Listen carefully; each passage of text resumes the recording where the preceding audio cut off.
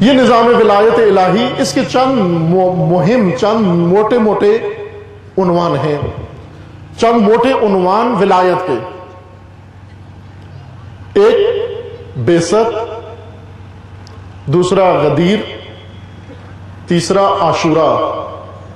یعنی ایک شیعہ کو، ایک مسلمان کو، امت مسلمہ کو جو سمجھنے ہیں عنوان، جن کا فلسفہ و حکمت اس کو سمجھنا ہے، وہ یہ عنوان ہے: بعثت، غدیر، عاشورہ، غیبت، انتظار اور ظہور. دوبارہ میں گنتا ہوں، حفظ کر لیں: بعثت، غدیر، عاشورہ، غیبت، انتظار اور ظہور. یہ 6 عنوان ہیں. یہ 6 عنوان اگر ہمیں سمجھ میں آ جائیں، یہ 6 مرحلے اگر ہم طے کر لیں، حقیقت ولایت کے قریب ہو جائیں گے. حقیقت ولایت کے قریب ہو جائیں گے. عزیز من، بعثت سے جس چیز کا آغاز ہوا، دین خدا و شریعت الہی کا، وہ شریعت الہی جو زیر سایہ ولایت ہے، جس کا محور ولایت ہے. بعثت روز آغاز نظام ولایت ہے، روز نزول نظام ولایت ہے. غدیر روز تکمیل دین و روز یاس کفار ہے، روز استحکام نظام ولایت ہے غدیر. وہ عاشورہ روز دفاع نظام ولایت ہے. عاشورہ میں نے اور آپ نے مل کر رسم بنا دیا ہے. یعنی طاغوت کو اس مسند سے گرا کر اور ولایت کے حوالے کرنا، وہ مسند یہ روز عاشورہ کے حکمت و فلسفہ ہے. اور غیبت بہت ہی اندوہناک دن ہے امت اسلامی کے اندر. غیبت یعنی امت کا میدان ولایت کو چھوڑ جانا اور امام کو تنہا کر دینا. روز غیبت امام نہیں، روز غیبت امت ہے. امت غائب تھی، امام غائب نہیں تھے، امت غائب تھی. جس میدان میں امت کو ہونا چاہیے، امت اس میدان کے اندر نہیں تھی. وہ انتظار اس سفر کا نام ہے جو ولایت کی طرف جا رہا ہے. انتظار گھڑیاں گننے کا نام نہیں. انتظار اپنے کام امام پر چھوڑنے کا نام نہیں. امام انتظار یعنی آخری نبرد کے لیے اس کے ابتدائی مراحل کو طے کرنا. اور ظہور نظام ولایت کے نفاذ کی آخری نبرد کا نام ہے. نظام ولایت کے نفاذ کی آخری نبرد کا نام ظہور ہے. آخری نبرد جس میں نظام ولایت غلبہ پالے گا پوری دنیا کے اندر. ظہور سے کائنات کا خاتمہ نہیں ہوگا، ظہور سے نظام ولایت کا آغاز ہوگا. سلسلہ چلے گا آگے. اس وقت ہمارے لیے مہم، ہم زمانہ انتظار میں ہیں. ہمیں بعثت کا معنی بھی سمجھنا ہے، غدیر کا معنی بھی سمجھنا ہے، عاشورہ کا معنی بھی سمجھنا ہے، غیبت کا معنی بھی سمجھنا ہے، وہ انتظار اور ظہور کا معنی بھی سمجھنا ہے. انتظار و ظہور کا معنی بھی سمجھنا ہے. یعنی انتظار کا مطلب غیبت کو محجوریت سے نکالنا، ولایت کو محجوریت سے نکالنا، گوشہ نشینی سے نکالنا، معطل ہونے سے نکالنا، اور سایہ طاغوت کو ختم کر کے اس کی جگہ پر سایہ ولایت میں آنے کا نام انتظار ہے. انتظار کی گھڑیاں کیسے بیتے ہماری کہ ہم 1400 کلو کیک کاٹ کے کھا جائیں اور ذرا برابر اپنے اطراف میں نہ دیکھیں. وہ غم امام باقر و غم امام صادق، امام صادق علیہ السلام کے سامنے جو مجمع بیٹھتا تھا، 4000 انسان امام صادق کے سامنے بیٹھتے تھے، درس پڑھتے تھے. لیکن امام صادق فرماتے ہیں کہ 17 بھی ان میں ایسے نہیں ہیں جو نظام ولایت برپا کرنے میں میری مدد کریں. 17 بھی ان میں سے ایسے نہیں ہیں. وہ 4000 اس مدرسے کے شاگرد، جن میں سے بڑے بڑے نام، ان بڑے ناموں میں سے 2 معروف اہل سنت کے ائمہ اربعہ میں سے 2 شخصیتیں بڑی عظیم، ان 4000 میں سے 2 یہ شخصیات تھی، اور بعض ان سے بھی بڑے ائمہ تھے لیکن مشہور نہیں ہوئے، جو امام علیہ السلام کے درس میں بیٹھتے تھے آ کر، لیکن وہ فقیہ اور وہ شریعت شناس، وہ احکام کے ماہر، وہ مجتہدین جو احکام پڑھتے تھے امام صادق کے پاس، لیکن امام صادق کو ولی نہیں مانتے تھے، ولایت میں امام صادق کا ساتھ دینے کے لیے تیار نہیں تھے، اور ہر عید پر امام صادق کا دکھ تازہ ہو جاتا تھا، ولایت کو متروک دیکھ کر، ولایت کو محجور دیکھ کر۔ آج روز مبالہ ہے عزیز من، ہم کس طرح منائیں، ہم بیست کس طرح منائیں، ہم غدیر کس طرح منائیں، ہم عاشورہ کس طرح منائیں۔ عاشورہ یہ یادگار دن نہیں ہے، یہ یوں نہیں ہے کہ ہم ان کا میمورینڈم برقرار کریں کہ ایک دن ہم میمورینڈم بیست، ایک دن میمورینڈم غدیر، اور ایک دن میمورینڈم عاشورہ، ہم ان کی یاد تازہ کریں، یاد منائیں۔ یاد نہیں منانا، آپ نے بیست قائم کرنی ہے، آپ نے غدیر کو قائم کرنا ہے، اور آپ نے در حقیقت عاشورہ برپا کرنا ہے۔ یہ دن ہر امت کے لیے ہے، ہر نسل کے لیے، ہر قوم کے لیے ہے، ہر زمانے کے لیے ہے کہ ان کو برپا کرنا ہے۔ اپنے زمانے کا عاشورہ برپا کرو، اپنے زمانے کا غدیر برپا کرو۔ پاکستان میں غدیر کب ہوگا؟ اور 18 ذی الحجہ کو غدیر نہیں ہوتا عزیز امان، پاکستان کا غدیر اس دن ہوگا کہ جس دن پوری ملت پاکستان یا اکثریت ملت پاکستان یا ملت تشیع جمع ہو کر آج کے نظام ولایت کے تحت آ کر اعلان کر دے کہ وہی ولایت رسول اللہ و علی جو رسول اللہ نے خدا کے حکم سے جس کا اعلان کیا تھا، آج اس کا سایہ زمین کے اوپر ولایت فقیہ کی صورت میں پڑا ہے۔ جس دن اس نظام ولایت کے تحت ہوگا تمہارا غدیر برپا ہو جائے گا، ورنہ 1400 کلو کیک کاٹ کے کھاتے رہو ہر غدیر کے دن۔ عاشور کے دن دیگے پکا کے کھا لو، بیست کے دن قوالیاں کرا لو، شبینہ منا لو۔ ہم کس طرح سے منا رہے ہیں ان دنوں کو؟ آج نظام ولایت الحمدللہ خدا نے ہمیں اس زمانے میں پیدا کیا جب نظام ولایت محجوریت سے نکل آیا باہر، اور اس کا سایہ مسلمانوں کے سروں پہ قائم ہو گیا، لیکن غدیری بخن بخن کے آج بھی صرف واہ واہ کر رہے ہیں، کوئی بڑھ کر آگے ولایت کو قبول نہیں کرتا۔ واہ واہ کے ولایت والے، واہ واہ کے ولایت مدار، بخن بخن کے ولایت مدار۔ توجہ کریں، جہاں ایک عبرتناک نقطہ آپ کی خدمت میں عرض کروں، بہت بڑا عبرتناک نقطہ۔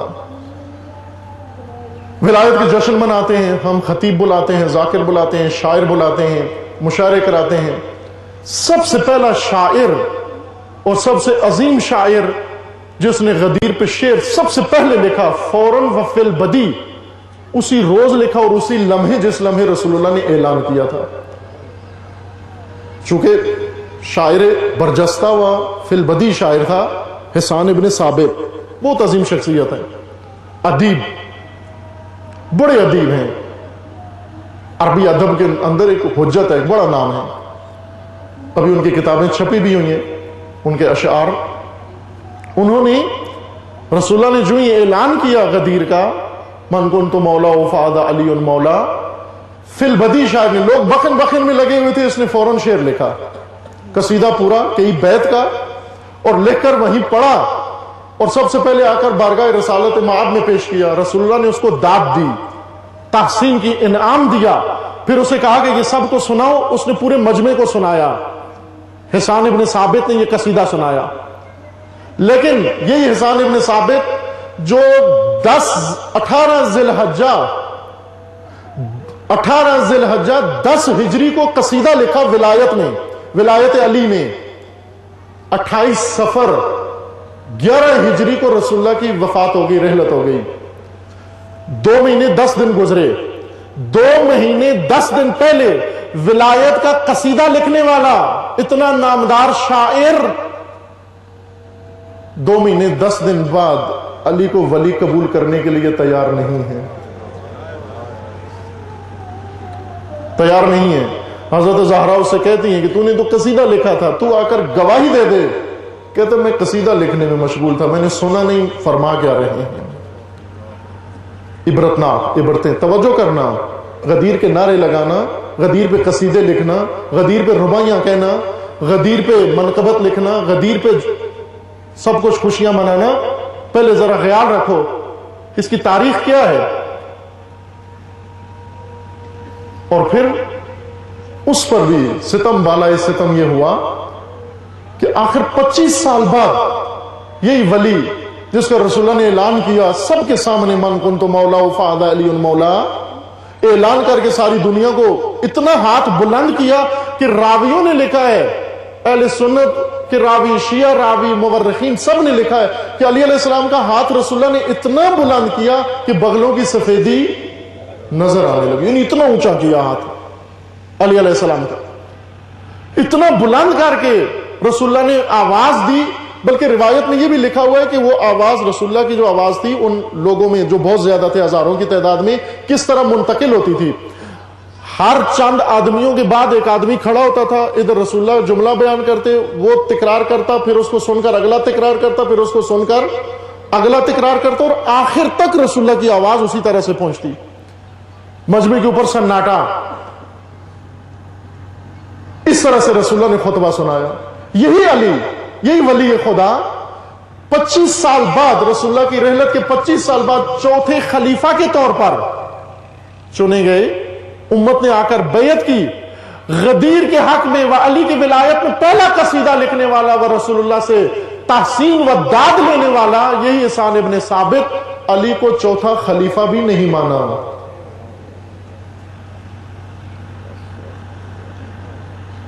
چوتھا خلیفہ بھی نہیں مانا. شام چلا گیا، چوتھا خلیفہ بھی نہیں مانا.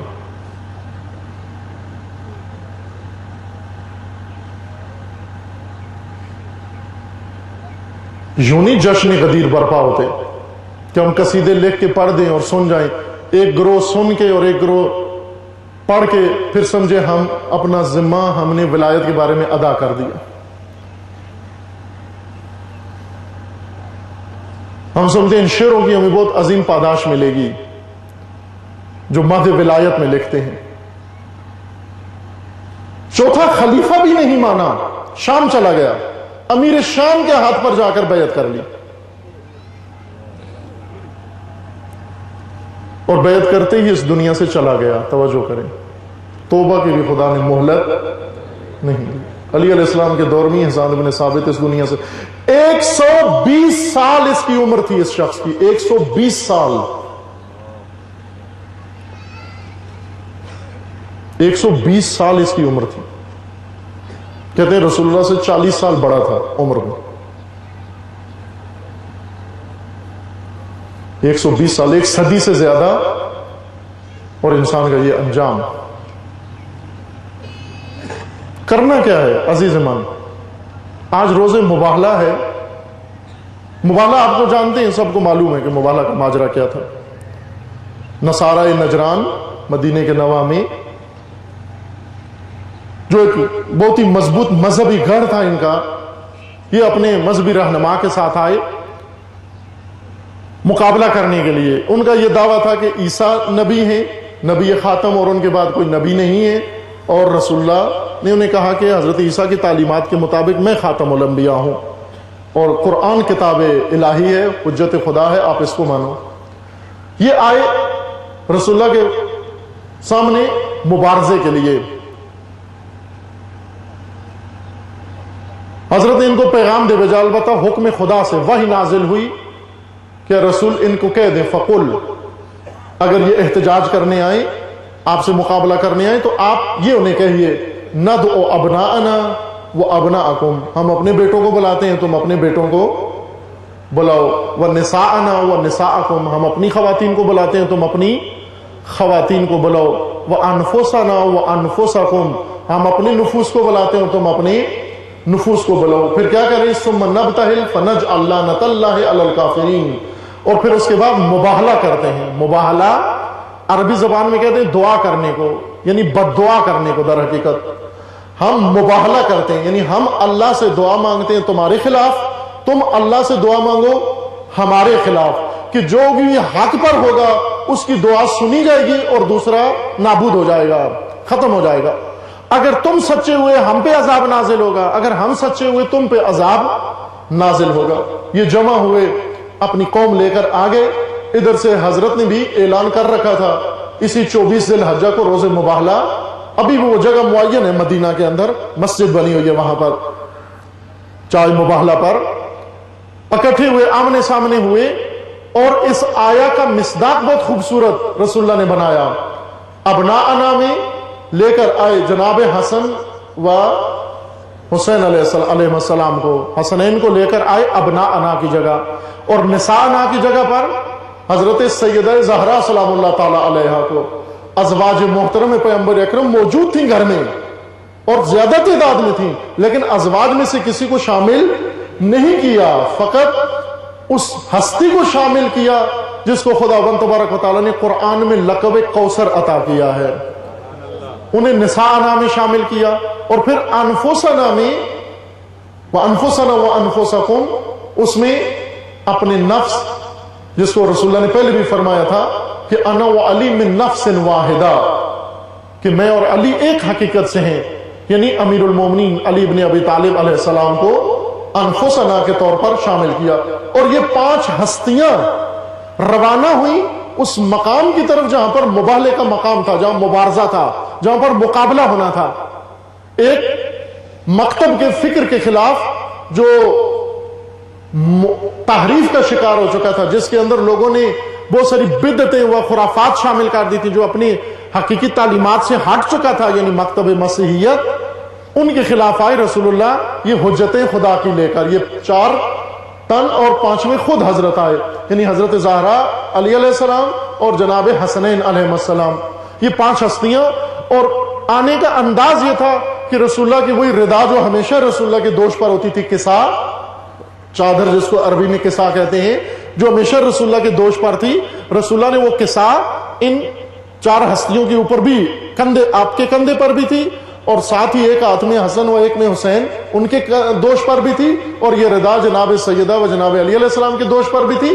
اور یہ اس انداز سے یہ 5 حجتیں خدا کی دین کے دفاع کے لیے، مبارزے کے لیے، وہ حاکمیت دین کے لیے چلے کہ اس وقت خداوند تبارک و تعالیٰ نے وہ آیہ کریمہ بھی اتاری اور مدح رسول اللہ میں، اور رسول اللہ نے وہ سارا کچھ بیان فرمایا کہ جس میں آیہ تطہیر بیان کی جاتی ہے۔ وہ حدیث قصا کا ایک شان نزول یہی منظر ہے کہ جب رسول اللہ نے فرمایا تھا کہ یہ اے پروردگارہ، یہ میرے اہل بیت ہیں جو تحت القصا ہیں، اس چادر کے نیچے جو ہیں یہ میرے اہل بیت ہیں، اس وقت خداوند تبارک و تعالیٰ نے یہ آیہ نازل فرمائی بعض مفسرین کے بقول۔ عزیزان، یہ روز مباہلہ، یوں نہیں کہ ہم بھی روز مباہلہ فقط یاد کریں رسول اللہ و نجران کو اور اپنا مباہلہ بھول جائیں۔ رسول اللہ نے اپنے زمانے میں جو نظریہ دین کے اسلام کے خلاف و دین خاتم کے خلاف و رسول خاتم کے خلاف جو مکتب فکر تھا، اس کے خلاف رسول اللہ نے قیام کیا، اور جو حجتیں رسول اللہ کے پاس تھیں وہ لے کر ان کے سامنے آ گئے اور کہا کہ ہم آپ پر لعن کرتے ہیں، ہم آپ کے خلاف بد دعا کرتے ہیں، آپ ہمارے خلاف بد دعا کرو، اگر تم درست ہوئے ہم پہ عذاب نازل ہوگا، اگر ہم حق پر ہوئے تم پر عذاب نازل ہوگا۔ کہ وہ ان کا بزرگ جو تھا عالم، اس نے درک کر لیا، دیکھا کہ نہ یہ ہستیاں، وہ نورانیت اس نے بھانپ لی، اور کہا کہ اگر انہوں نے دعا کے لیے ہاتھ اٹھا دیے، اگر جملے ادا نہ بھی کیے، ایک دفعہ ہاتھ ان کے اٹھ گئے، عذاب ہم پر نازل ہوگا۔ وہ توبہ کر کے تسلیم ہو گیا، رسول اللہ کی بارگاہ میں توبہ کر کے تسلیم ہو گیا، اور اس نے مبارزہ ترک کر دیا۔ اس مباہلہ سے ہم نتیجہ کیا لیں کہ ہم ہر سال 24 کو ایک مجلس کرا دیں اور اس میں کچھ قصیدے، کچھ ربائیاں، کچھ نعرے، کچھ باتیں اس طرح کی کر کے اور واہ واہ کر کے ختم کر دیں ہم؟ نہ عزیز من، ولایت کو مباہلہ کی ضرورت ہے۔ ولایت کو جس طرح بیست چاہیے آغاز کے لیے، جس طرح غدیر چاہیے استحکام کے لیے، جس طرح عاشورہ چاہیے دفاع کے لیے، جس طرح غیبت ہے اس کی محجوریت کا دن، وہ جس طرح انتظار ہے اس کے احیاء کے طور پر، اور جس طرح ظہور ہے اس کے غلبے کا دن۔ ان ایام کے معنی سمجھیں۔ بیست آغاز ہے ولایت، غدیر استحکام ولایت، عاشورہ روز دفاع ولایت، غیبت محجوریت ولایت، فراموشی ولایت، لوگوں کا ترک کر جانا میدان ولایت کو، اور انتظار زمانہ احیاء ولایت، اور ظہور زمانے غلبہ ولایت۔ مباہلہ بھی چاہیے بیچ میں، اگر مباہلہ نہ ہوتا ولایت رسول اللہ غالب نہ آتی، دین الہی غلبہ پیدا نہ کرتا۔ مباہلہ چاہیے۔ مباہلہ کس کے خلاف؟ وہاں پر اس وقت جو گروہ نمائندگی کے طور پر آیا تھا نصارہ نجران، اور ادھر سے نمائندگان الہی رسول اللہ و خاندان پاک رسول، آج بھی ایسے لوگوں کی ضرورت ہے جو آج کا مباہلہ فتح کریں۔ آج کا مباہلہ کس کے خلاف؟ آج زیادہ سختر مباہلے کی ضرورت ہے۔ اس وقت فقط ایک دین اور ایک گروہ اس دین کا رسول اللہ کے مقابلے میں آیا۔ آج ولایت کے مقابلے میں ساری دنیا آ گئی ہے، ساری دنیا آ گئی ہے ولایت کے مقابلے میں۔ آج مسیحیت نصارہ نجران سے زیادہ مضبوط اور لیس ہو کر ولایت کے مقابلے میں ہے۔ آج یہودیت، اس وقت یہودیت نہیں تھی مسیحیت کے ساتھ، آج یہودیت مسیحیت کے ساتھ ہمانگ ہو گئی ہے۔ آج عالم کفر و شرک، عالم الہاد ان لوگوں کے ساتھ مل گئے ہیں نظام ولایت کے خلاف۔ اور آج اس وقت رسول اللہ کے زمانے میں منافقین مشرکین کے ساتھ ملے ہوئے تھے، لیکن منافقین مسیحیوں کے ساتھ نہیں تھے، مسیحیت کا ساتھ نہیں دے رہے تھے۔ لیکن آج مسلمانوں کے اندر چھپے ہوئے اور پنہان و بعض آشکار منافق، نام نہاد مسلمان حکمران، وہ نام نہاد عالم اسلام کے بعض سیاستدان، اور نام نہاد بعض سو کالڈ مفکرین و اسکالر و علماء کہ جنہوں نے ہر دشمن سے زیادہ دین کو نقصان پہنچایا، مسلمانوں کی صفوں میں تفرقہ ڈالا، نفرت پھیلائی، ان کو ایک دوسرے سے دور کیا، یہ سب کے سب آج کے نصارہ کے ساتھ مل چکے ہیں۔ اس وقت نصارہ نجران تھے، آج یہ نصرانیت امریکائی، امریکی نصرانیت، اسرائیلی یہودیت، اور یہ عرب نام نہاد حکمران، یہ موہرے اور باقی ساری دنیا، یہ سب کی سب مل کر نظام ولایت کے مقابلے میں آ چکی ہے، سب کے سب مل کر مقابلے میں آ چکے ہیں۔ آج ان کے خلاف مبارزے کی ضرورت ہے۔ مبالہ ہمیں کیا درس دیتا ہے؟ مبالہ رسول اللہ کا یہ نہیں تھا کہ لوگوں دیکھو میں غدیر کے اندر اعلان کر رہا ہوں، تمہارا کام اس کے قصیدے پڑھنا ہے، میں بیست کا اعلان کر رہا ہوں، تمہارا کام فقط اس دن شبینہ کرنا ہے، میں عاشورہ، میری اولاد، میرا بیٹا حسین عاشورہ برپا کرے گا، تمہارا کام صرف رونا ہے۔ نہ عزیز من، نہ عاشورہ کا یہ مطلب ہے، نہ غدیر کا یہ مطلب ہے، نہ بیست کا یہ مطلب ہے، بلکہ رسول اللہ فرماتے ہیں دیکھو میں نے اپنی بیست سے مکہ زندہ کیا اور جاہلیت کو میں نے امت بنا دیا، یہی کام تم نے اپنے زمانوں کے اندر کرنا ہے۔ ہر قوم کے اندر عمل بیست تکرار ہو، یعنی ہر زمانے کی جاہلیت کو آپ امت میں بدل دو، امت بنو، ہر زمانے کے اندر تکرار کرو اس بیست کو، ہر زمانے میں غدیر تکرار کرو، یعنی استحکام بخشو نظام ولایت کو، لوگوں کو بتاؤ کہ غلطی نہ کریں ولایت سمجھنے میں، لوگوں کو بتاؤ کہ غلطی نہ کریں ولایت کی تفسیر کرنے میں، لوگوں کو بتاؤ کہ فقط واہ واہ کر کے گھروں کو نہ چلے جائیں، اور عاشورہ برپا کرو، یزیدیت کے سائے ختم کرو، یزیدیت کے منحوس سائے میں بیٹھ کر اپنی عبادتیں نہ کرو، پہلے ان عبادتوں کے لیے سایہ مقدس نظام الہی کا سایہ فراہم کرو، پھر اس مقدس سائے کے اندر یہ عبادتیں بجا لاؤ، خوش ہو۔ ہم عزاداری کرتے ہیں لیکن یہ نہیں دیکھتے کہ عزاداری کس کے سائے میں کر رہے ہیں، کس سے بھیک مانگ کے کر رہے ہیں۔ یزید سے آ کے کہتے ہو ہمیں تحفظ دو جلوس کا، وہ عزاداری ہے۔ یزید سے آ کر کہتے ہیں ہمیں بچاؤ، یزید سے آ کر کہتے ہو کہ ہمارے مقدسات کا دفاع کرو۔ یزید سے بھیک مانگ کر عزاداری، اس عزاداری کا وہ حسین کی عزاداری نہیں ہے، وہ حسین ابن علی کی عزاداری نہیں ہے۔ عزیز من، حسین ابن علی کی عزاداری کون سی ہے؟ جو حضرت زینب علیہ نے بازار کوفہ میں کی، یزید سے نہیں کہا میرے ہاتھ کھول دے، یزید سے نہیں کہا مجھے چادر دے دے، یزید سے نہیں کہا میں پیاسی ہوں مجھے پانی دے دے، یزید سے نہیں کہا میں بھوکی ہوں مجھے کھانا دے دے، یزید سے نہیں کہا کہ گرمی ہے مجھے یہاں پر ٹھنڈا سایہ عطا کر، یزید سے کچھ بھی نہیں مانگا۔ بازار کوفہ میں جب گئی، دیکھا کچھ فریبکار لوگ دھوکہ دینے میں مشغول ہیں، رو کر انہیں خطاب کیا، الا یا اہل الکوفہ یا اہل المکر والغدر، اے کوفہ والو، اے مکارو، اے غدارو، اے ہزار چہرہ لوگو، اے رنگ بازو لوگو، سنو علی کی بیٹی تمہیں کیا کہہ رہی ہے، حسین کی بہن تمہیں کیا کہہ رہی ہے، یہ 72 سر جو نو کے نیزہ پر ہیں ان کی وارث تمہیں کچھ کہہ رہی ہے، یہ سر تمہارے لیے کچھ پیغام رکھتے ہیں، یہ یتیم بچے تمہارے لیے کچھ پیغام رکھتے ہیں، یہ رسن ہمارے ہاتھوں میں تمہارے لیے کچھ پیغام رکھتے ہیں، یہ لٹے ہوئے پردے تمہارے لیے کچھ پیغام رکھتے ہیں۔ میں اس پیغام کی ترجمان ہوں، میں سفیر کربلا و پیغمبر کربلا بن کر تمہیں کچھ کہنا چاہتی ہوں۔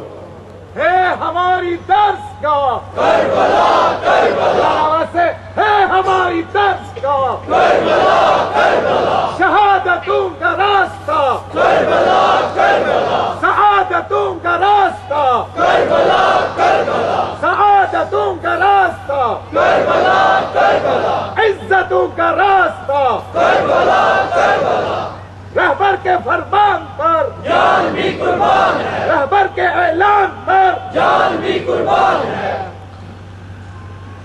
آج روز مباہلہ ہے، ہم ہر چیز کو رسم نہ بنا دیں۔ عزاداری کرنی ہے تو زینبی کرو، بنو امیہ کے سائے میں عزاداری مت کرو، یزیدیوں کے سائے میں عزاداری مت کرو،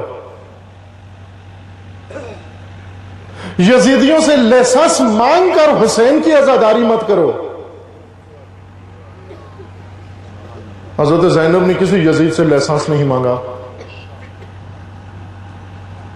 عزاداری کرو، حسینی عزاداری کرو، زینبی عزاداری کرو، غدیر علوی برپا کرو، عاشورہ حسینی برپا کرو، اور مباہلہ محمدی برپا کرو۔ آج کا زمانہ بھی مباہلے کا زمانہ ہے، لیکن مباہلے سے مراد فقط رسم مباہلہ نہیں ہے۔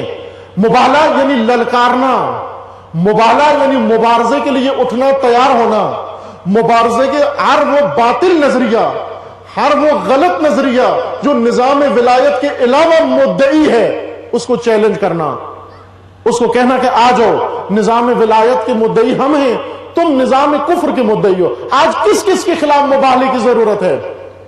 آج ہر وہ چیز جو آج کا سرخیل نصرانی کر رہا ہے، آج کا سرخیل نصرانی یعنی امریکہ، آج کا نصرانی سرخیل اور اس کا دار و دستہ اور اس کے حواری یعنی اسرائیل، یعنی برطانیہ، یعنی یورپ، یعنی اس کے عرب مہرے اور اس کے نام نہاد مہرے جو دنیا اسلام پر مسلط ہیں، یہ سب کے سب آج کے مباہلے کے منتظر ہیں کہ کوئی نکلے مصداق ایسا پاکیزہ جو نکل کر ان کو کہے کہ لو تم اپنا سب کچھ لو، ہم اپنا سب کچھ لے کر آتے ہیں۔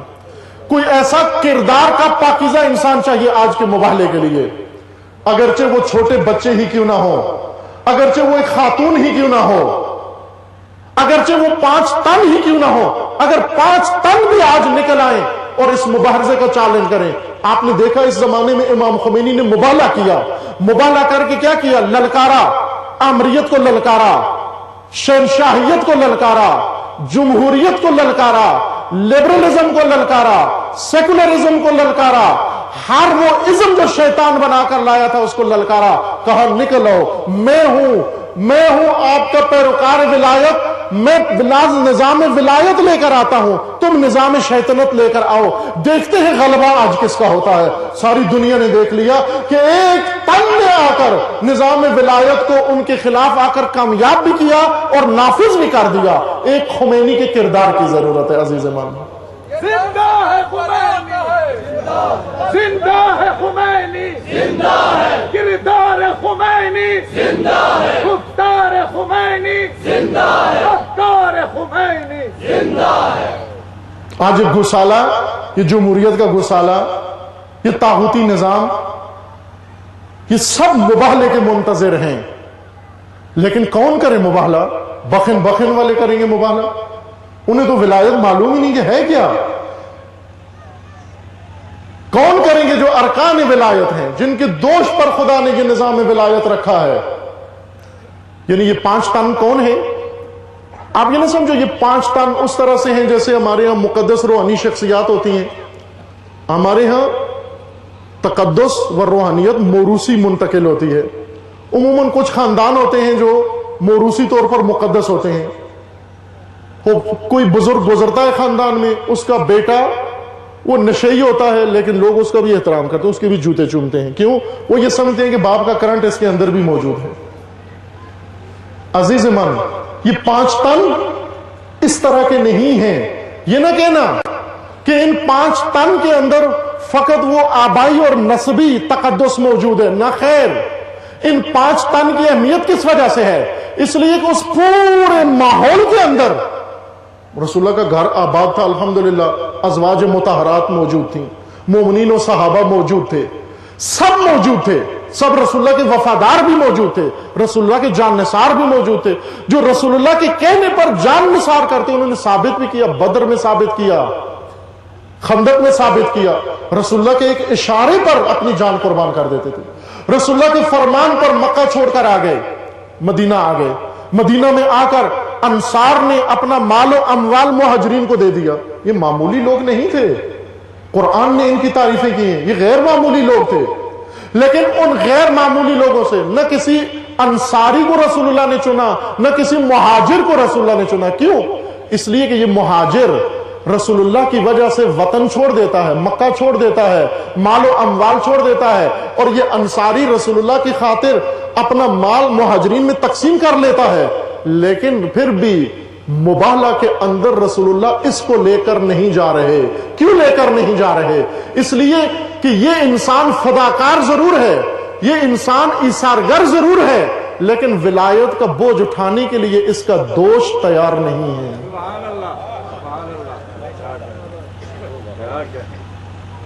پردلی باید بار غم کشد، پردلی باید بار غم کشد، رخش می باید تن رستم کشد. یہ بوجھ اٹھانے کے لیے خدا نے کچھ لوگوں کو توفیق دی ہوتی ہے. عزیزان من، بہت سارے فقہاء و علماء خداوند تبارک و تعالیٰ نے توفیق دی، گزرے بھی ہیں اور ابھی موجود بھی ہیں، اور خدا انہیں حفظ و سلامتی عطا فرمائے. واقعاً اچھے لوگ ہیں، بہترین لوگ ہیں، سرمایہ ہے دین کا و اسلام کا، قصرہم اللہ. لیکن ولایت کا بوجھ خدا نے خمینی کے کندھوں پہ ڈالا ہے. ہر شریعت پڑھا ہوا، ہر فقہ پڑھا ہوا، ہر فتویٰ دینے کے لائق جو ہو جائے وہ بوجھ ولایت نہیں اٹھا سکتا. ان 5 تن کی خصوصیت کیا تھی؟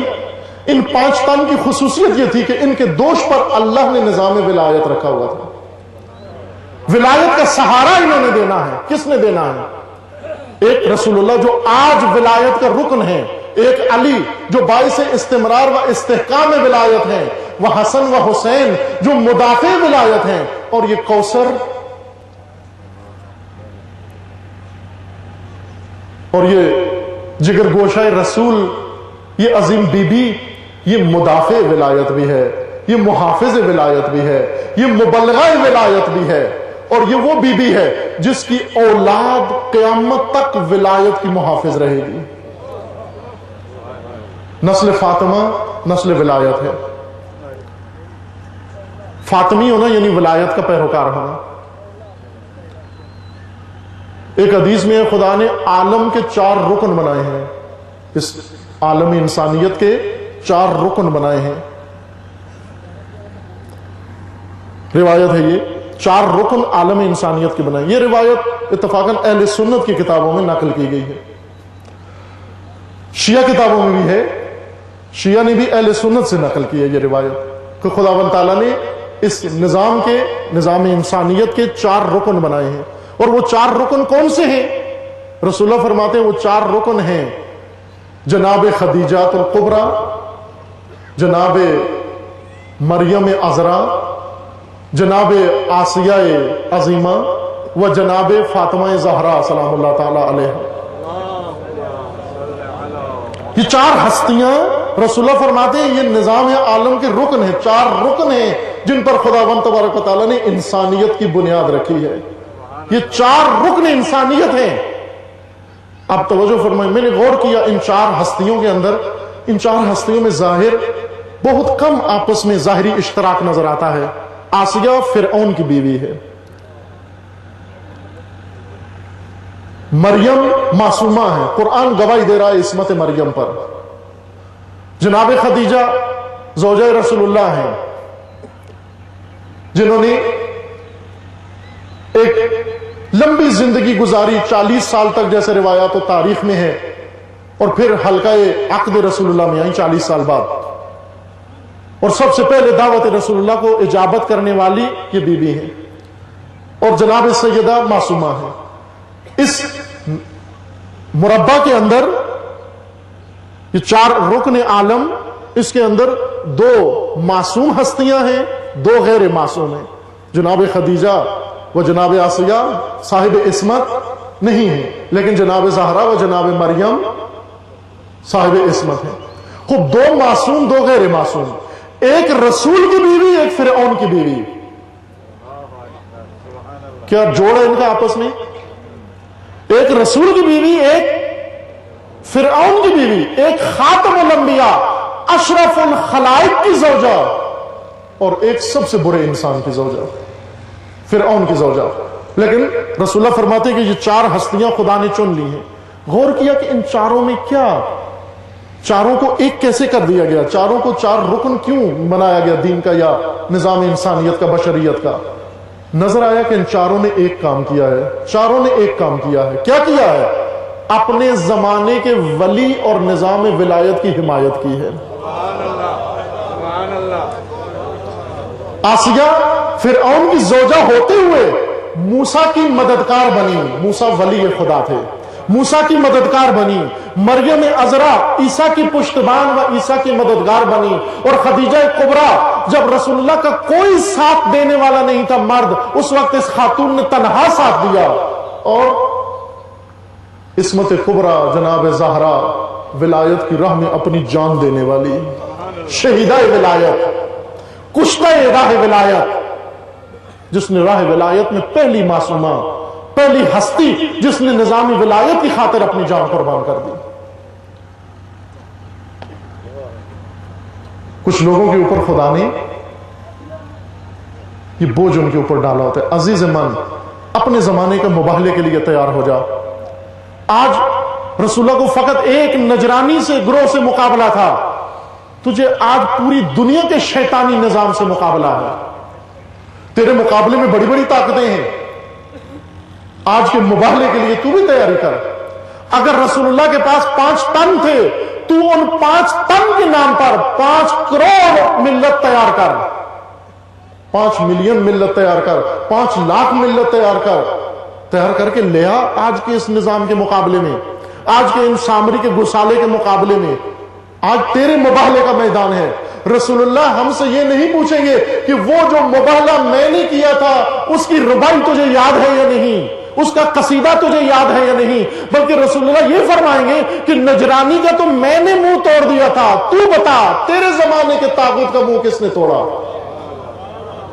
اسلام کا دشمن امریکہ، اسلام کا دشمن امریکہ، قرآن کا دشمن امریکہ، ہم سب کا دشمن امریکہ. مرد آباد، مرد آباد، امریکہ مرد آباد.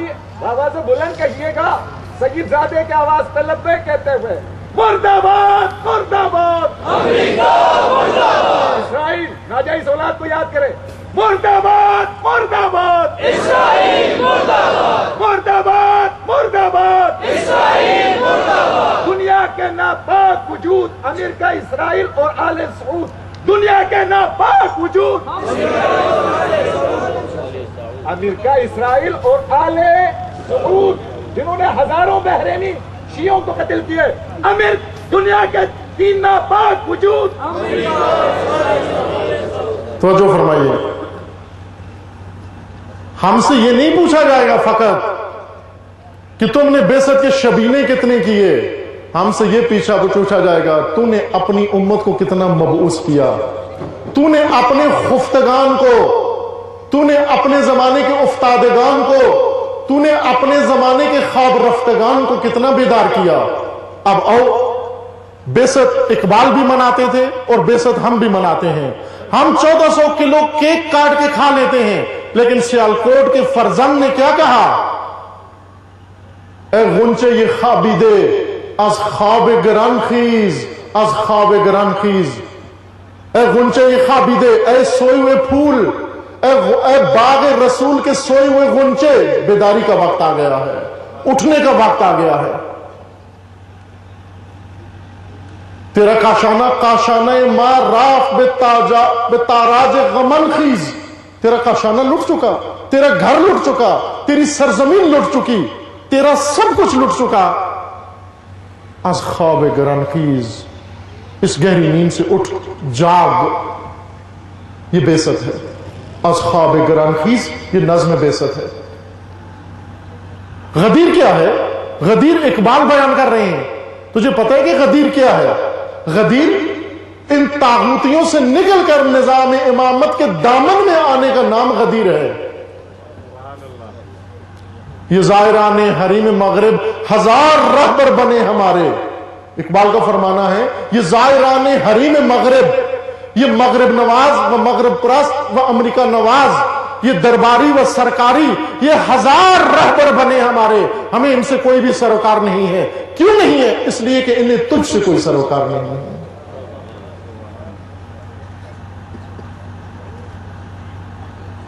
اور کربلا عاشورہ برپا کرنا ہے تو حسین اقبال سے سیکھو، فرزند سے الکوٹ سے سیکھو۔ عاشورہ اقبال کا عاشورہ اپناؤ۔ ہمیں کیا کہیں گے عاشورہ میں کہ تم نے تبرک کتنا کھایا، غلہ کتنا کھایا، حلیم کتنی کھائی، بریانی کتنی کھائی، یا یہ کہیں گے تو نے فقط آنسو کتنے بہائے؟ ہمیں یہی سٹیجوں سے بتایا گیا کہ ہمارے آنسو گنے جائیں گے قیامت میں، نہ عزیز من، سر گنے جائیں گے نو کے نیزہ پر۔ سستا کام کیوں لیتا ہے؟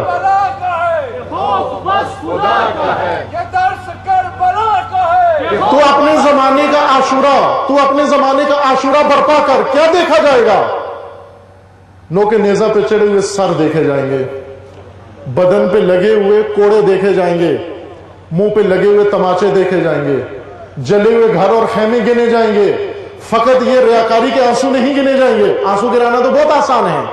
ایک پیشہ ور فیس لے کر آ کر تیرے احساسات ابھارتا ہے، تو رو پڑتا ہے، تو سمجھتا ہے تو نے حضرت زہرا پہ احسان کر دیا ہے۔ نہ عزیز من، عاشورہ اس طرح سے برپا نہیں ہوتا۔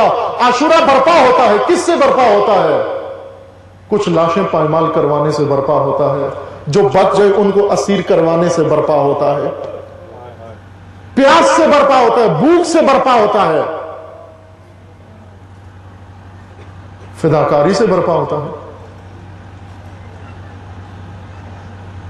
عاشورہ کا سامان سیکھ، کس سے؟ عاشورہ عشق سے برپا ہوتا ہے۔ عاشورہ درد کا نام ہے۔ تو اپنے زمانے کی غدیر برپا کر، غدیر فقط واہ واہ کر کے اٹھ جانے سے برپا نہیں ہوتا۔ غدیر یعنی آج کی دنیا میں کھڑے ہو کر ممبر بنا۔ کس چیز کا ممبر بنا؟ پالان کا ممبر بنا، ہر چیز کا ممبر بنا، ٹیکنالوجی کا ممبر بنا۔ اس ٹیکنالوجی کے ممبر پہ کھڑے ہو کر پوری دنیا کو اعلان کر کہ اگر نظام دنیا میں کوئی ہے تو فقط اللہ کا نظام ولایت ہے۔ ٹیکنالوجی کا ممبر بنا۔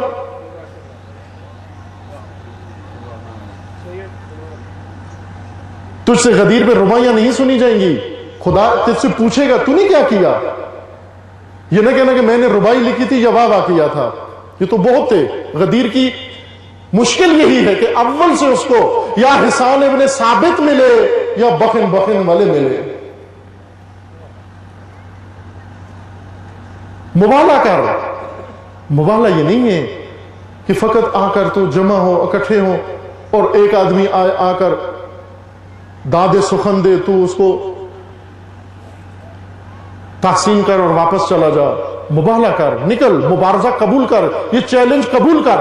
آج کا مبالغہ یہ ہے کہ اس دنیا کو ثابت کرو کہ بہترین نظام دنیا کا نظام ولایت ہے، بہترین نظام اللہ کا بنایا ہوا نظام ولایت ہے۔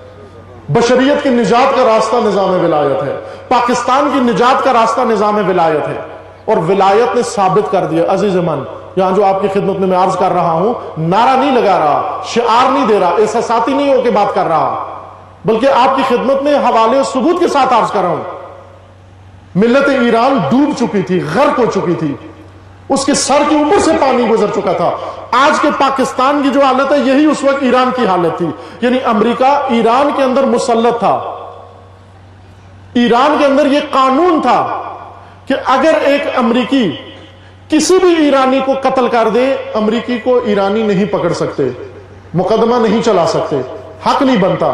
اگر کوئی ایرانی پولیس یا فوج یا کوئی ایجنسی اگر امریکی کو پکڑ لیا، وہ مجرم سمجھی جائے گی، اس کو سزا دی جائے گی۔ لیکن اگر کسی ایرانی نے امریکی کتا، امریکوں نے جو رہتے تھے فیملیز، لوگ 60,000 امریکی ایران میں رہتے تھے انقلاب سے پہلے، انہوں نے کتے پالے ہوئے تھے، بلیاں پالی ہوئی تھی شوق سے۔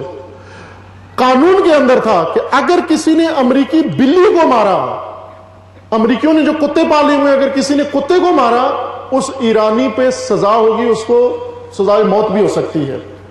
اس سے بڑی تحقیر، اس سے بڑی ذلت اور کیا ہو سکتی ہے؟ آج جس سرزمین پر میں اور آپ بیٹھے جشن مبالہ منا رہے ہیں، جشن ولایت منا رہے ہیں، معلوم ہے اس کی کیا صورتحال ہے؟ خبر ہے اس کی کیا صورتحال ہے؟ اس سرزمین پہ کیا گزر رہا ہے؟ آپ کے سر کے اوپر کیا سایہ ہے؟ آپ کے ملک کے ساتھ اور آپ کی ملت کے ساتھ کیا کھیل کھیلا جا رہا ہے؟ بدتر ہے اس زمانے کے ایران سے، اس ڈوبی ہوئی سرزمین و ڈوبی ہوئی ملت جو امریکہ نوازی و مغرب کی غلامی میں تمام قوموں کو پیچھے چھوڑ گئے تھے۔ آخرکار ولایت ان کی مدد کو پہنچی، نظام ولایت ان کی مدد کو پہنچا، اور ایک ڈوبتی اور غرق شدہ ملت کو نکال کر سرفراز کر دیا۔ آج دیکھیں پوری دنیا ایک طرف، پوری دنیا بلا مبالغہ، پوری دنیا ایک طرف، اور نظام ولایت تنہا ایک طرف۔ یہ مبالغہ ہے، یہ مبالغہ ہے۔ ایٹمی طاقتیں ایک طرف، غرب ایک طرف، پورا عرب دنیا ایک طرف، سب کے سب مل کر جس شمع کو بجھانے کی کوشش کر رہے ہیں، وہ ہر روز پہلے سے زیادہ قوی تر ہو کر ان کے مقابلے میں پھر زیادہ درخشاں تر ہو رہا ہے۔ یہ آج کا مبالغہ ہے۔ ولایت نے اپنا امتحان پاس کر لیا ہے، اور پھر بعض یہ کہتے ہیں کہ پاکستان میں آبادی کا تناسب ایسے ہے، ہم فلاں ہیں، ہم فلاں ہیں، یہاں کیسے ولایت قائم ہو سکتی ہے؟ خوب ایران اگر نہیں ہے تو لبنان سے تو بدتر نہیں ہے، لبنان سے بدتر تو نہیں ہے۔ لبنان میں دیکھیے آپ، لبنان میں 3 بڑی کمیونٹیز رہتی ہیں۔ مسیحی جو 1932 کی اعداد مردم شماری کے مطابق سب سے زیادہ مسیحی ہیں، پھر اس کے بعد اہل سنت ہیں، پھر اس کے بعد شیعہ ہیں۔ تیسرے نمبر پر یہ شیعہ انقلاب سے پہلے 1980 سے پہلے شیعہ جوان یہ لیبر تھے، مسیحی آرمی کے اندر لیبر کے طور پر کام کرتے تھے، ان کے میس میں کام کرتے تھے، فلنجسٹ آرمی کے بوٹ پالش کرتے تھے، اور کچھ کو انہوں نے ٹریننگ دی ہوئی تھی اسلحہ اٹھانے کی۔ فلنجسٹ آرمی میں دہاڑی پر کام کرتے تھے، $5 دہاڑی دیتے تھے ان شیعہ جوانوں کو، یہی مسیحی، یہی نجرانی، اور ان سے شیعہ جوانوں سے کام لیتے تھے۔ یہی شیعہ جوان جنوب لبنان کے، یہی وادی بقا کے جوان۔ لیکن جس دن اس پیر جماران نے، اس راہ ولایت نے، اس احیاگر نظام ولایت نے جب بتایا ان کو کہ راہ کیا ہے، تمہاری نجات کا راستہ فقط ولایت ہے، ولایت کے سائے میں آ جاؤ۔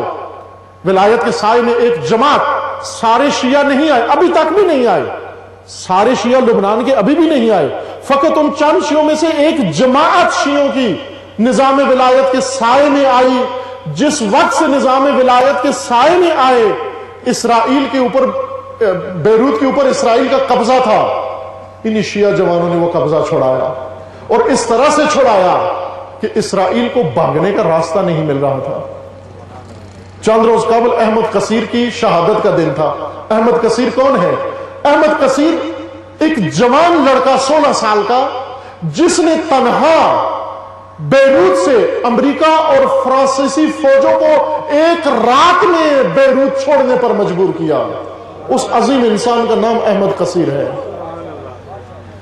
جس کو اٹھ کر سید مقامت سید حسن نصر اللہ بھی جھک کے سلام کرتا ہے احمد کثیر کو.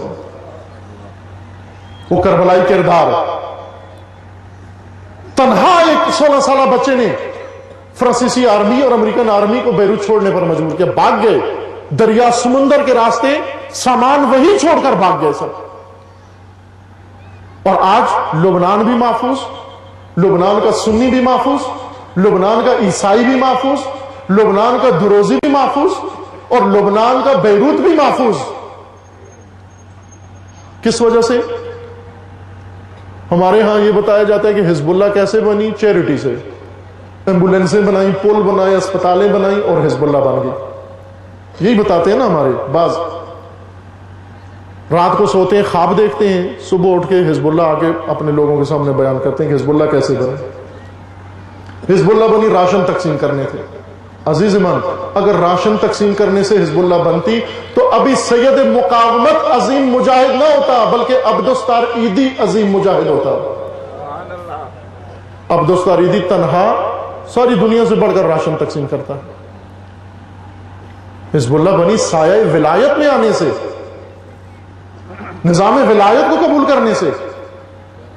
آج مباہلہ ہے، حزب اللہ کا مباہلہ ہے پوری دنیا کے ساتھ. آج کے علماء، ہر عالم کا فریضہ ہے، ہر شیعہ عالم کا، ہر سنی عالم کا فریضہ ہے کہ آج کے طاغوتی نظاموں کو مباہلے کے لیے بلائے اور ان پر ولایت کے نظام و امامت کے نظام کی برتری ثابت کرے، دلائل کے ساتھ ثابت کرے، اپنے کردار کے ساتھ ثابت کرے، اپنے عزم کے ساتھ ثابت کرے. یہ نجات ہے. پاکستان کی نجات ان چھتریوں کے نیچے نہیں ہے جدھر پاکستان جا رہا ہے. یہ کرپٹ حکمران اور ان سے زیادہ کرپٹ سیاستدان اور ان سے زیادہ کرپٹ جرنیل اور ان سے زیادہ کرپٹ بیوروکریٹ اور ان سے زیادہ کرپٹ باہر کے وہ ان کے مورے سرپرست یہ نہیں بچا سکتے. عزیز من، نہ ہمیں بچا سکتے ہیں نہ کسی اور کو. یہ ڈبو رہے ہیں پاکستان کو، یہ تباہ کر رہے ہیں پاکستان کو. نظام ولایت فقط شیعہ کے لیے نہیں ہے، نظام ولایت سب کے لیے ہے. ولایت کے سائے میں آج سب محفوظ ہیں. آج جب لبنان میں جا کر پوچھو، مسیح بھی کہتا ہے نظام ولایت، مسیح بھی کہتا ہے مقاومت و حزب اللہ، دروزی بھی کہتا ہے مقاومت و حزب اللہ.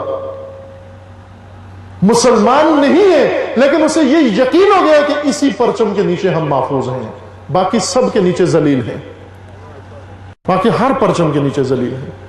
پاکستان کی اس ذلت سے نکلنے کا راستہ ولایت ہے، احیاء غدیر و احیاء نظام ولایت ہے. لیکن اس کو سمجھانا اقبال کی زبان میں سمجھانا. دنیا کو بتائیں اقبال، خوب ظاہر اقبال نہ ماتم کرتے تھے،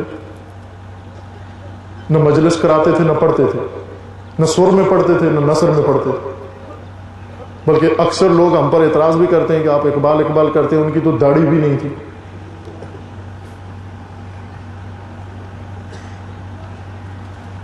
اقبال کی زبان میں دنیا کو عاشورہ بھی سمجھائیں، اقبال کی زبان میں دنیا کو غدیر سمجھائیں، اقبال کی زبان میں دنیا کو مباہلہ سمجھائیں، اقبال کی زبان میں دنیا کو امامت سمجھائیں.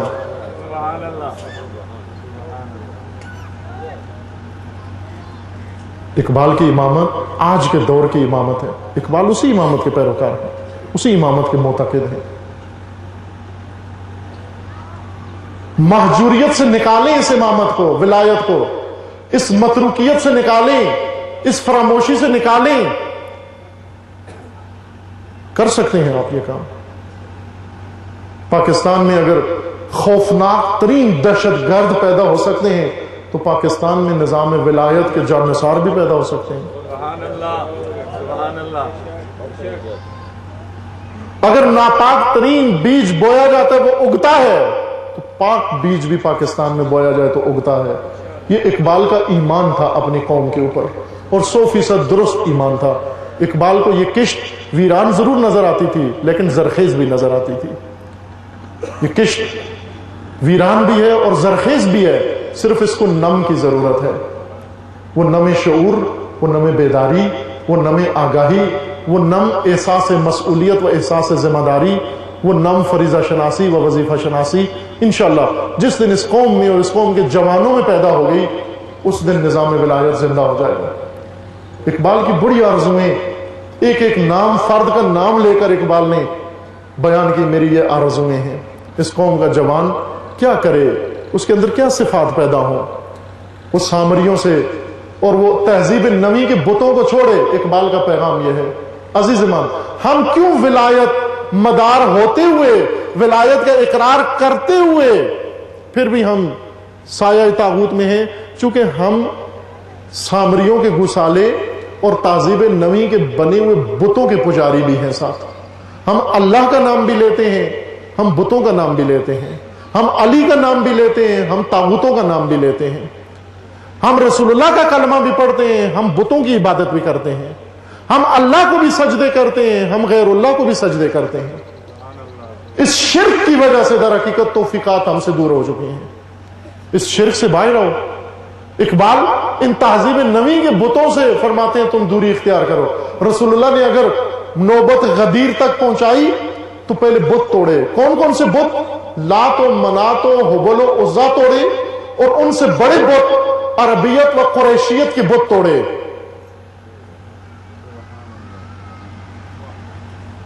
کالے رنگ اور گورے رنگ کے بت توڑے، حزبی بت توڑے۔ ولایت کیوں محجور ہوئی؟ دوبارہ وہی بت تعمیر کر لیے گئے، دوبارہ وہی بت قائم کر کے ان بتوں کی خاطر۔ اور علی علیہ السلام سے ایک کینہ یہ ظاہر کیا گیا، علی کو کیوں ولی نہیں مانتے؟ چونکہ علی نے ہمارے بت توڑے ہیں۔ جس کے بت توڑو، بت پرست بہت سیخ پا ہوتا ہے۔ سب سے زیادہ ایک بت پرست کو تکلیف اس کے بت توڑنے سے ہوتی ہے۔ رسول اللہ نے جب بت توڑے، پہلے آتے تھے کہ مسلمان ہو چکے تھے بعض، فتح مکہ سے جب فتح مکہ ہوا، جب رسول اللہ بت توڑنے لگے، بعض مسلمان ہو چکے تھے، عرصے سے نمازیں پڑھ رہے تھے، کلمہ پڑھتے تھے، لیکن رسول اللہ کے پاس سفارشیں لے کر آتے تھے کہ حضور ان بتوں کو ہم اب پوجتے نہیں ہیں، ان کی ہم عبادت نہیں کرتے، آپ مہربانی فرما کر ان کو توڑے نہیں، ان کو کسی جگہ آپ دفن کر دیں، ان کو کسی جگہ کمرے میں بند کر دیں، تالا کنویں میں پھینک دیں، چابی کنویں میں پھینک دیں، تالا لگا دیں، کوئی آئے نہ جائے، توڑے نہیں ان کو۔ کہتے تھے توڑے نہ ان کو۔ رسول اللہ نے وہ بت توڑے، توڑ کر جو سب سے بڑے بت تھے ان کو باب شیبہ کے نیچے دفن کیا۔ آج بھی حاجیوں کے لیے مستحب ہے کہ باب شیبہ سے پہلی دفعہ اگر جائیں تو زیادہ تاکید ہے، ہر دفعہ باب شیبہ سے جانا مستحب ہے، اور ابھی مسلمانوں کو پتہ ہی نہیں ہے باب شیبہ ہے کیا۔ باب شیبہ سے جائیں، کیونکہ باب شیبہ میں رسول اللہ نے وہ بت دفن کیے تھے، اور ان بت پرستوں کا تھا ان کے اوپر سے گزرو۔ کیوں؟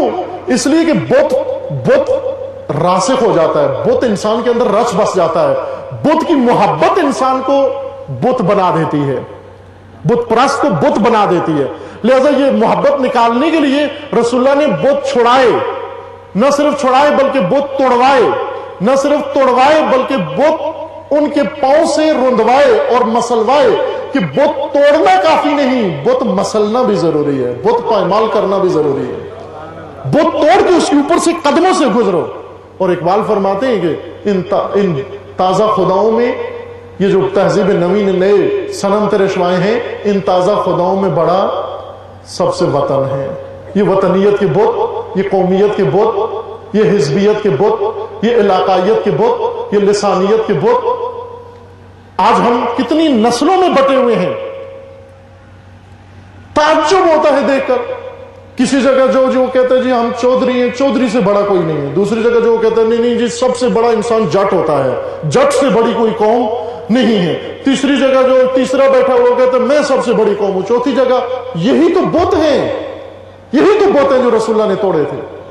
رسول اللہ نے غدیر میں من کنت مولا سے پہلے ان بتوں کا ذکر کیا، فرمایا یہ قرشیت، یہ عربیت، یہ گورا رنگ، یہ کالا رنگ، یہ سب میں نے توڑ دیے، اور آج میرے پاؤں کے نیچے ہیں، میں مسل رہا ہوں ان کو۔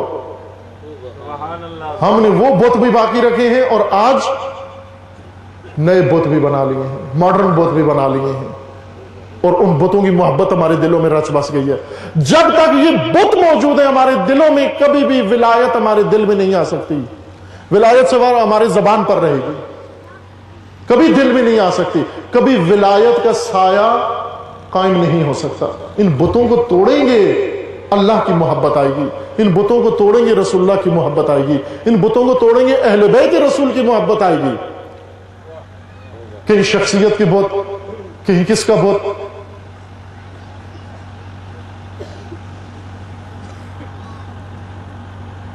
مجھے بار بار وہ قول امام محمد باقر علیہ السلام یاد آتا ہے. امام فرماتے ہیں جب عید کا دن آتا ہے ہمارا غم و اندوہ تازہ ہو جاتا ہے. اور ہمارا غم و اندوہ یہ ہے کہ جب ہم دیکھتے ہیں کہ اس مسند پر جیسے اولیاء خدا کو جس پر ہونا چاہیے تھا وہاں طاغوت بیٹھا ہے, دشمن خدا, ہمارا زخم تازہ ہو جاتا ہے جس کے لیے ائمہ نے قربانیاں دی تھیں. عزیزاں, یقیناً پاکستان میں دیکھ کر ائمہ کا دل سب سے زیادہ رنجیدہ ہوتا ہوگا, چونکہ بہت بدترین سسٹم پاکستان کے اوپر حکم فرما ہے.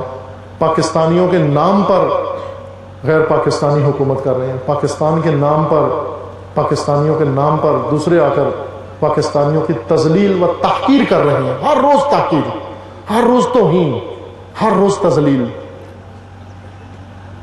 یقیناً ائمہ کا غم تازہ ہو جاتا ہے, اور خصوصاً جب پاکستانی بیٹھ کر یہ جشن مناتے ہیں تو عجیب سا لگتا ہے. پھر وہ دن لائیں جس دن پاکستان کے مومنین کو دیکھ کر امام زمانہ کا دل حقیقتاً خوش ہو جائے, اور اس دن امام فرمائیں کہ یہ میرے جانثار ہیں. اس دن ظہور کی طرف ایک قدم نزدیک ہو جائیں گے ہم انشاءاللہ. اور وہ خدا دن لائے جس دن پاکستان کے عوام و مومنین و خصوصاً یہ جوانان نظام ولایت کے سائے میں اور نظام ولایت کی پیروی میں انشاءاللہ خود بھی عزت حاصل کریں, اپنے ملک کو عزت دکھائیں, اپنی قوم کو عزت دکھائیں, اپنے وطن کو عزت تک لے جائیں, اور اپنے دین و مکتب کو انشاءاللہ عزت تک لے کے جائیں کہ راہ ولایت راہ عزت و عظمت ہے انشاءاللہ. والسلام علیکم.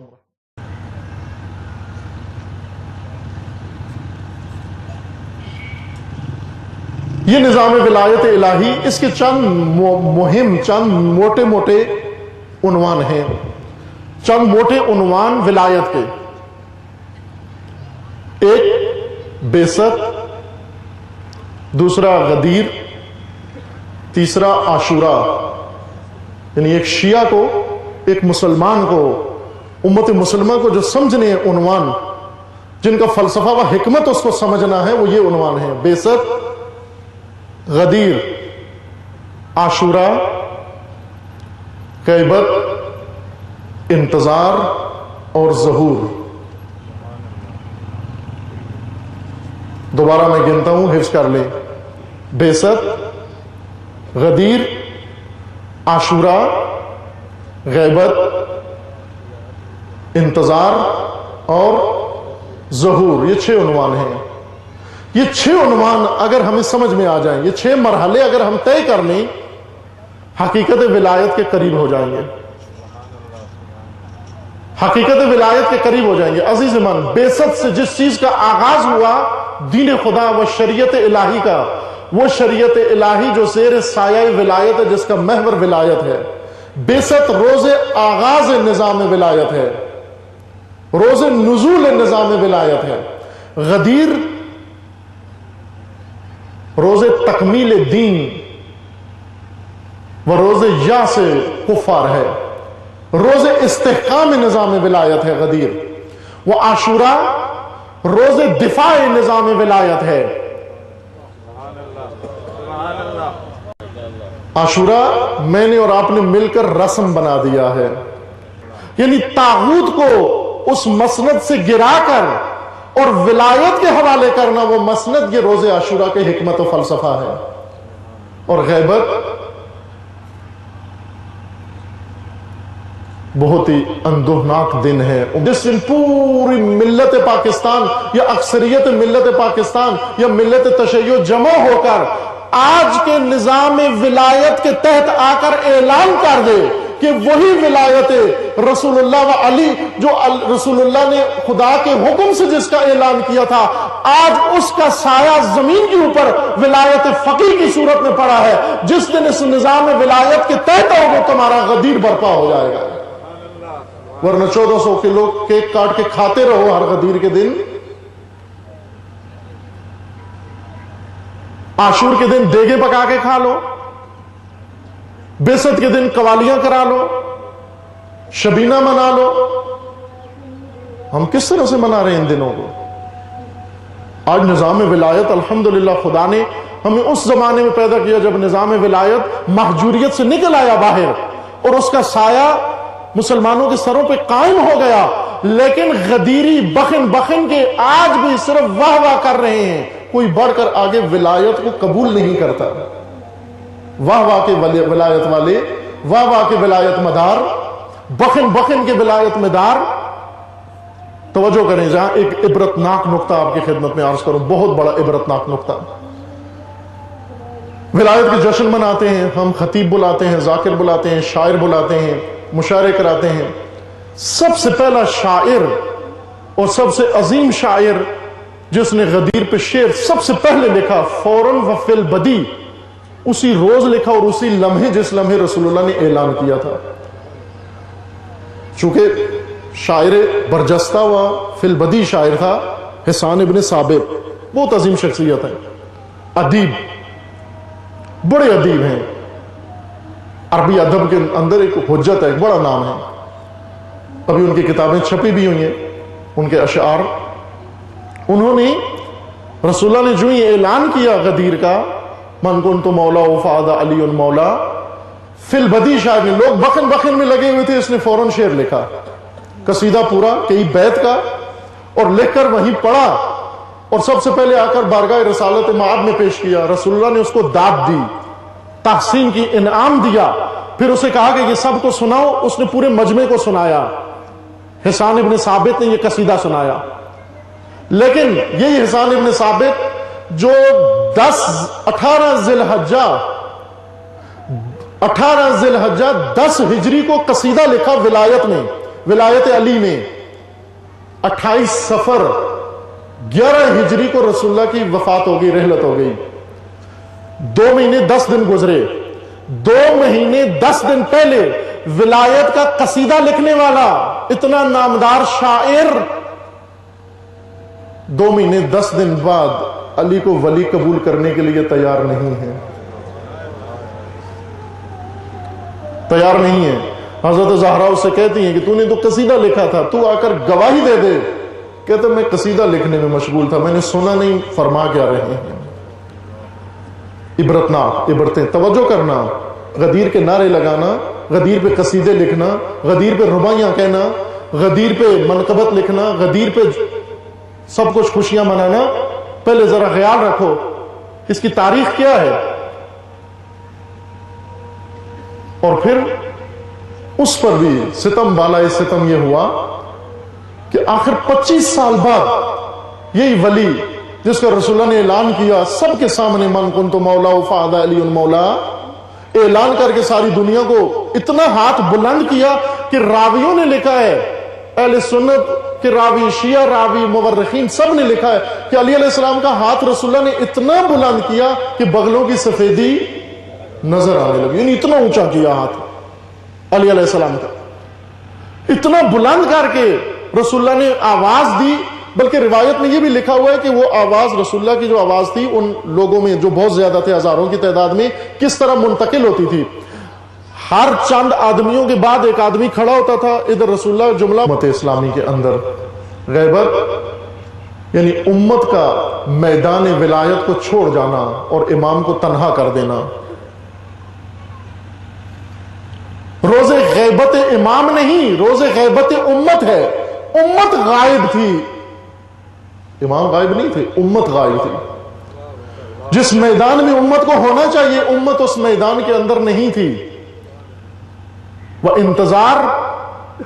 انتظار اس سفر کا نام ہے جو ولایت کی طرف جا رہا ہے. انتظار گھڑیاں گننے کا نام نہیں. انتظار اپنے کام امام پر چھوڑنے کا نام نہیں. امام انتظار یعنی آخری نبرد کے لیے اس کے ابتدائی مراحل کو طے کرنا، اور ظہور نظام ولایت کے نفاذ کی آخری نبرد کا نام ہے۔ نظام ولایت کے نفاذ کی آخری نبرد کا نام ظہور ہے، آخری نبرد جس میں نظام ولایت غلبہ پالے گا پوری دنیا کے اندر۔ ظہور سے کائنات کا خاتمہ نہیں ہوگا، ظہور سے نظام ولایت کا آغاز ہوگا، سلسلہ چلے گا آگے۔ اس وقت ہمارے لیے مہم، ہم زمانہ انتظار میں ہیں۔ ہمیں بعثت کا معنی بھی سمجھنا ہے، غدیر کا معنی بھی سمجھنا ہے، عاشورہ کا معنی بھی سمجھنا ہے، غیبت کا معنی بھی سمجھنا ہے، وہ انتظار اور ظہور کا معنی بھی سمجھنا ہے۔ انتظار و ظہور کا معنی بھی سمجھنا ہے، یعنی انتظار کا مطلب غیبت کو محجوریت سے نکالنا، ولایت کو محجوریت سے نکالنا، گوشہ نشینی سے نکالنا، معطل ہونے سے نکالنا، اور سایہ طاغوت کو ختم کر کے اس کی جگہ پر سایہ ولایت میں آنے کا نام انتظار ہے۔ انتظار کی گھڑیاں کیسے بیتے ہماری کہ ہم 1400 کلو کیک کاٹ کے کھا جائیں اور ذرا برابر اپنے اطراف میں نہ دیکھیں۔ وہ غم امام باقر و غم امام صادق، امام صادق علیہ السلام کے سامنے جو مجمع بیٹھتا تھا، 4000 انسان امام صادق کے سامنے بیٹھتے تھے، درس پڑھتے تھے، لیکن امام صادق فرماتے ہیں کہ 17 بھی ان میں ایسے نہیں ہیں جو نظام ولایت برپا کرنے میں میری مدد کریں۔ 17 بھی ان میں سے ایسے نہیں ہیں۔ وہ 4000 اس مدرسے کے شاگرد، جن میں سے بڑے بڑے نام، ان بڑے ناموں میں سے 2 معروف اہل سنت کے ائمہ